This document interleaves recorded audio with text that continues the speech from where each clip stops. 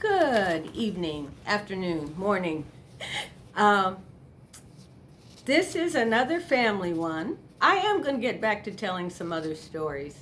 Um, this one, you may need the pause button because I have a lot to say about this person. The last time I spoke to her, she said that that she was my favorite, but she wouldn't tell anybody. Well, she is my favorite 17-year-old granddaughter. I would say in the ranking of grandchildren, she's in the top 10.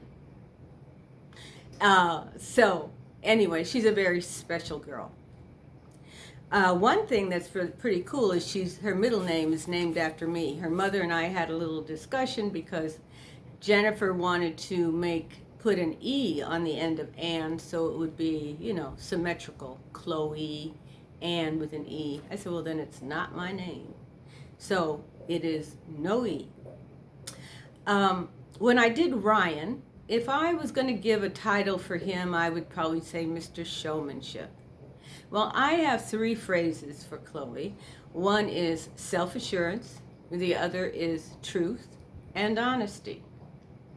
Now, you will hear me say probably several times, in her mind, based on her actions, this is what I think she was thinking. And kids come with personalities, don't they? I mean, they're not blank slates. They come with personalities. And this particular personality trait showed itself very early. We were in church at the end of the service, and Jennifer was talking to Pastor Andy. She had Chloe in her arms. Chloe was not walking or talking yet, anything like that. But she had some keys, and she dropped the keys. And Pastor Andy bent down and picked them up. He handed them back to Chloe. She dropped them again. He bent down and picked them up again. She dropped them. He picked them up.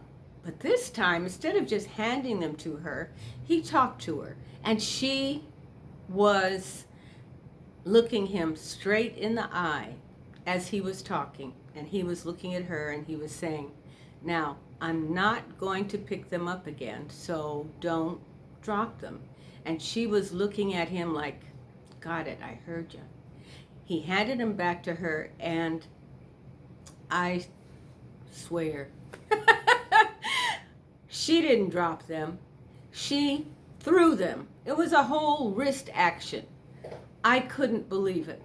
In her mind, I think what went on was, I heard what you had to say, but I bet you'll pick them up. Let's find out, shall we? And guess what? He picked them up. This time, I think he gave them to Jennifer, which was wise. As she got older, these traits showed themselves in other ways. One instance was that she painted her sister's boot. It was a black boot, and Chloe painted it with whiteout. I observed the conversation with her mother going something like this. Chloe, do you think this was a good thing to do? Yes. We may have to buy Elise a new pair of boots. It wasn't a good thing?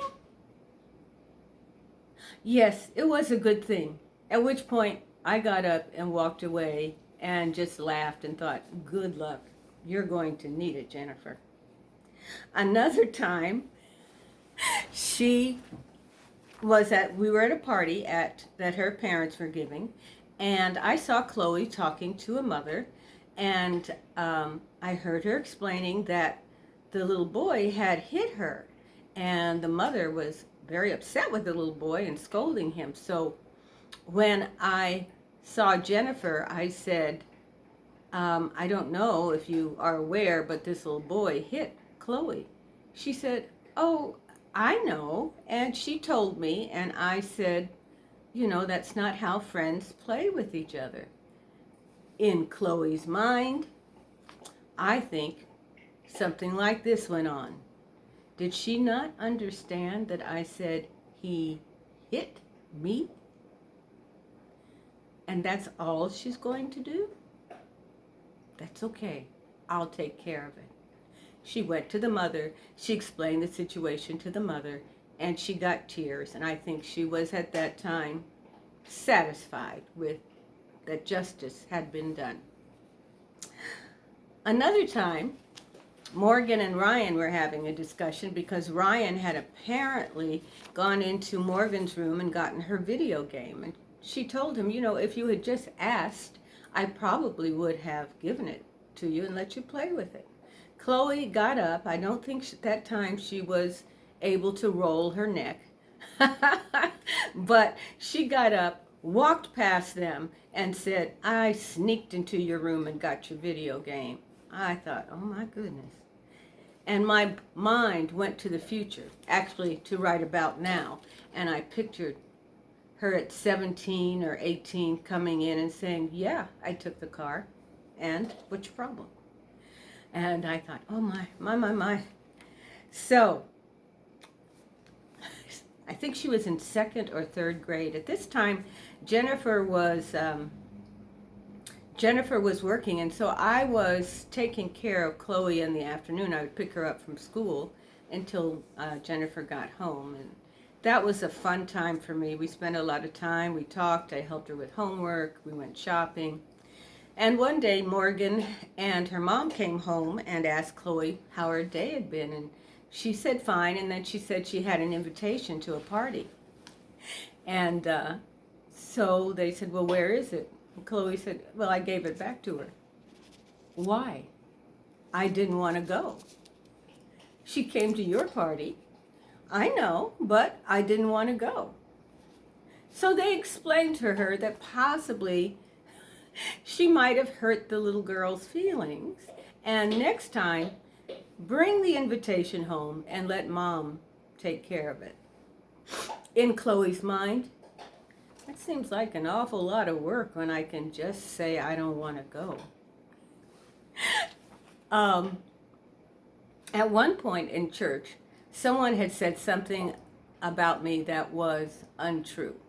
And it really messed with my head. It messed with me, you know, in church as to where am I going to sit so I don't see this person, all this kind of stuff. And so one day I was driving, I was going to Jennifer's house, and I was thinking, I need to activate my inner Chloe. Because if it was Chloe, and they said it about her, and it was true, she'd say, yeah, and? If it wasn't true, she'd probably say, you really think that? Okay, well, that's your problem, and move on.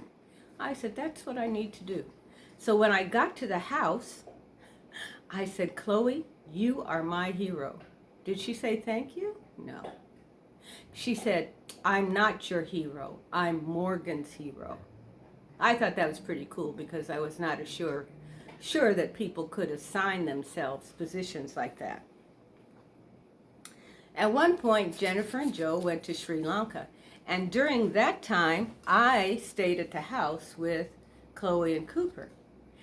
The first night, I was getting into bed, and I happened to look over on this counter, and there was a copy of their will, which said that if something happened, I'd get Chloe and Cooper. I thought, oh my goodness. Oh goodness. So I thought, we've got to get a grip on this. So self-assurance can also be interpreted as strong-willed sometimes. So Chloe and I did have a few willful battles. One in particular, something had happened. I sent her upstairs. I said, don't come down till I call you. And so I sent Cooper up. I said, Cooper, go tell Chloe to come down. Well, he went up, and probably about 10 minutes passed. I said, Cooper, did you tell her? He said, yes. I said, okay. So I went up, and she was in Jennifer's room. And I was a little upset. So we had planned to go to a movie. And so using Moses as an illustration that God took the promise, going into the promised land away from him because he didn't follow instructions, I said, we're not going to the movie, and you get to tell Cooper why. So that was okay. She was upset. I was okay with that. The other thing that would happen is we would walk to and from church. Chloe had a habit of wanting to go ahead, not necessarily stay with you as she should. And so, I would caution them, please, excuse me, when you get to the corner, stop. Don't go across the street until I get there. So this was an issue because she did like to do this. So we went to Knott's Berry Farm. It was Jennifer and I, Chloe and Cooper, and Morgan, I think. During the time there, we separated to go do different things.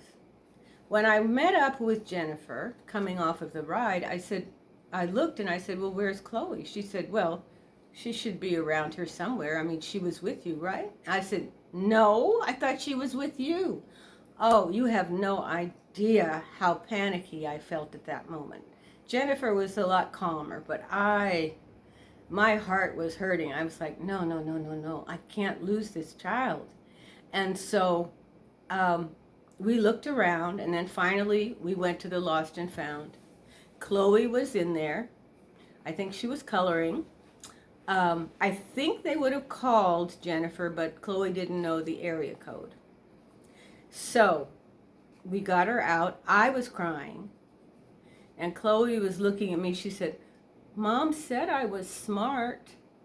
I said, yes, that was very smart. Because what she did, I don't know that I said this, she found a map, and she took herself to the Lost and Found. I said, that was very smart. But it's smarter to stay with the person you're supposed to be with. Anyway, we all lived through it, but it was traumatic. Then, this is when my daughter decided to remove my grandchildren from me and take them to Connecticut. I did go on the ride with them to Connecticut. It was Joe and I, Jennifer, Chloe and Cooper, and 2 chocolate labs. So, on part of the trip, I had brought a book with me that my grandmother had given me called 1001 Riddles. And we started at riddle number 1. I think we got to the 200s. We just went riddle by riddle. It was really quite interesting because it was like a history lesson. Chloe didn't know what records were, or record players, or telephone booths, and other items that they mentioned in the riddles. And then some were puns that had to be explained. So it was very interesting. And then at one point she decided she wanted to ride with her dad. So she got in the vehicle with him, and then the next stop she came and got back in with us. I said, why are you getting back in with us? She says, Dad just cusses too much. He's using MapQuest and it wasn't working. I told him maybe you shouldn't use that. And so she continued riding with us. The next big thing for us was a mission trip to Kenya. That was in 2016. She was actually not old enough to go by the terms of Women's Circle of Caring. However, because she was going with her mother, grandmother, and older sister, they decided that, yes, it would be okay. And she wanted to go because she had sponsored a child there and wanted to meet him and his family.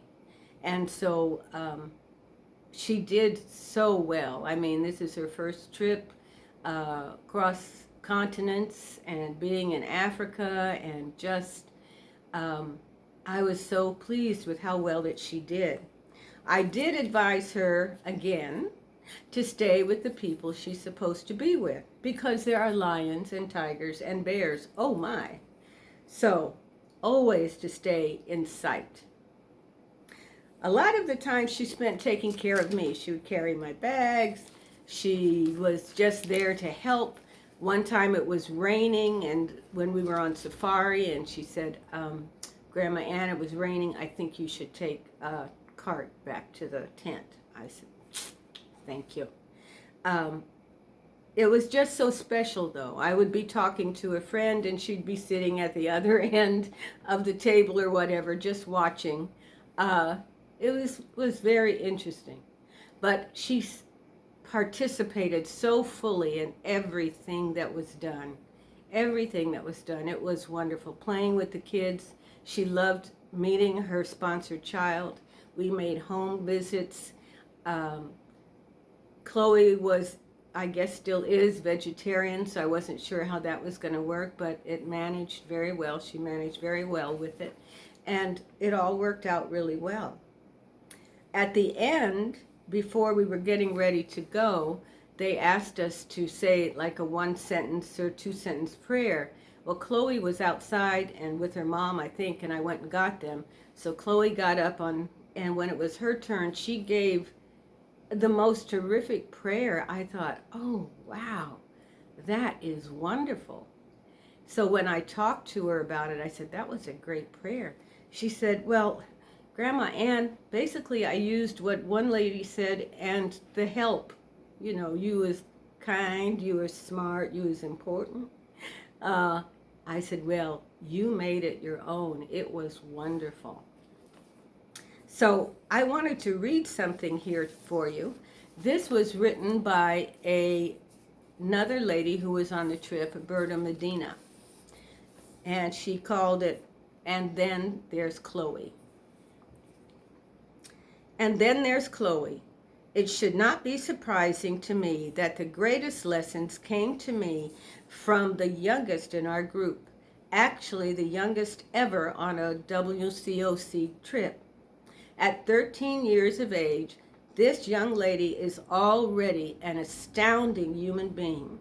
She could inspire the most cynical person with the giving attitude, selflessness, and strength. She was a favorite among the children and adults. She was quiet, and that made it all the more surprising when she spoke her powerful prayer. She is hilarious and bright, but it doesn't surprise me, considering she's Ann's granddaughter. She is smarter than most adults I know, with a love for science and math, and she taught herself the Pythagorean theorem. She knows all there is to know about manga, anime, and pop culture, but the flip side is her surprising knowledge of mathematics and sciences. With all that under her belt, one might think she would be too proud or intellectual to do the tough stuff. Not Chloe. She took care of her grandma at every step and rose to the occasion any time a volunteer was needed for any task. She is a great example of all that is possible if we simply embrace the love and giving hearts that younger generations have to offer. Our task is to show them how generosity and love make life worth living so they can shine on their own. Chloe is beautiful, inside and out, and I just know she is going to continue to be an amazing world changer.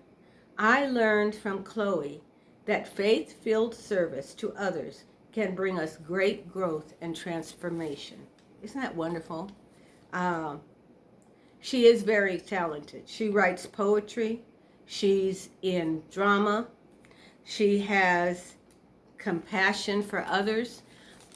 Just recently, in Connecticut, she made a little speech at a Black Lives Matter rally, and it was wonderful. She's not ashamed to show affection, and I like that. She visited here when, I think it was about 2 years ago, and we went to the Smith Center. I was going to buy some tickets, and she's 14, and she took my hand. And I thought, oh, that's so neat. She'd also, when I'm there, we would play bingo on the computer together, and she's just a special, special human being. So I had two different ways to end this. So I'm going to use this one first, because this is advice that would help all of us do well. She and her brother Cooper were in the pool having a disagreement. Again, Jennifer said that is not the way we solve problems. So Chloe took the noodle and she handed one end to Cooper. She says, "Here, Cooper, you take that end and I'll take this end." Then she looked at Jennifer and she said, "I'm not really being nice. I'm just acting like it." So I was going to end with that and say, if you can't be nice, just act like it. But instead, I decided I would end with a secret that I'm going to divulge. I used to whisper this secret to Chloe every time I saw her, and I told her not to tell anybody. She said that some people already knew. I said, well, it's not because I told them. So now I'm going to say it to the world. This is the secret. I love Chloe Ann Griffin. So you have a blessed day, and if you're lucky enough to know Chloe, you're blessed. She's so special. She's so open. Actually, I guess I'm not going to end with that because I just wanted to share something. In Jennifer's, I told you about how she had the bloody nose and wouldn't go to school with the tampon. Chloe has decided that that's just a natural blood stopper, so she uses it on her own, and she even does it when she's doing FaceTime. She's open, she's honest, she's Chloe. Bye-bye.